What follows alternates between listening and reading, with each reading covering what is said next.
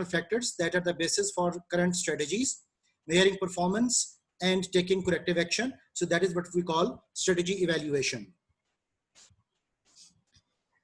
Now, stages of strategic management are, as we know, there are three: formulation, implementation, and evaluation.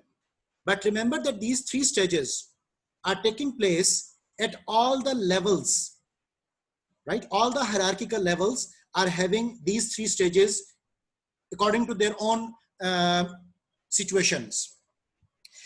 Like we can say that strategy is made at three levels: corporate level, business level, and functional level.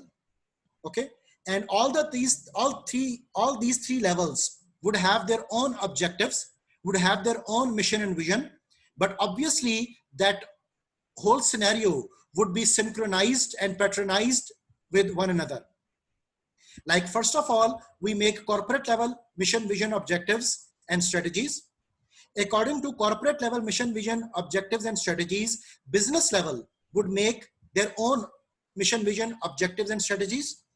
And according to business level mission, excuse me, mission, vision, and objective and strategies, all the functional levels would make their own strategies. They would make their own objectives, would make their own mission and vision. Okay. So corporate level is being translated into business level. Business level is being translated into functional level. And functional level is the actual level where strategy is tangibly and physically implemented. Okay. In functional level, suppose we talk about marketing or finance or HR. At functional level, whatever objectives are being developed, those objectives are translated into a term known as key result areas, commonly abbreviated as KRAs. Okay. Functional level objectives are translated into key result areas. That, now, what result areas, what are the outcomes required by a particular department? Those key result areas are then translated into key performance areas. And the key performance area would mean that what type of performance is required, what level of performance is required to achieve those particular results, which are developed in key result areas according to the objectives of a department. Okay. And those key performance areas, the performance levels and the performance aspects, are translated into key performance indicators, commonly abbreviated as KPIs. And KPIs are actually the part of individual job descriptions, right? In which we set certain targets and objectives for the individuals to achieve.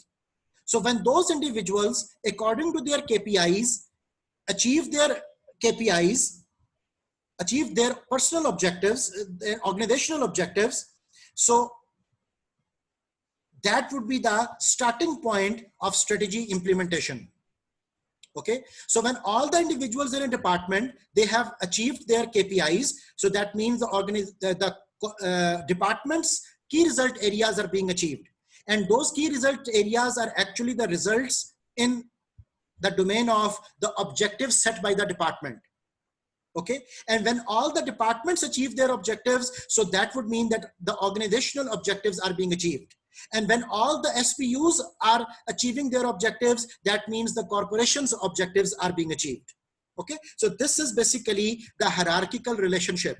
And I have tried to elaborate you from the corporation to the individual that how the objectives are being linked. Okay.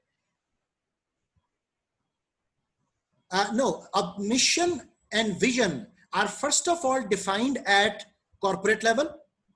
Then according to that mission and vision, every SBU under the umbrella of that corporation make their own mission and vision.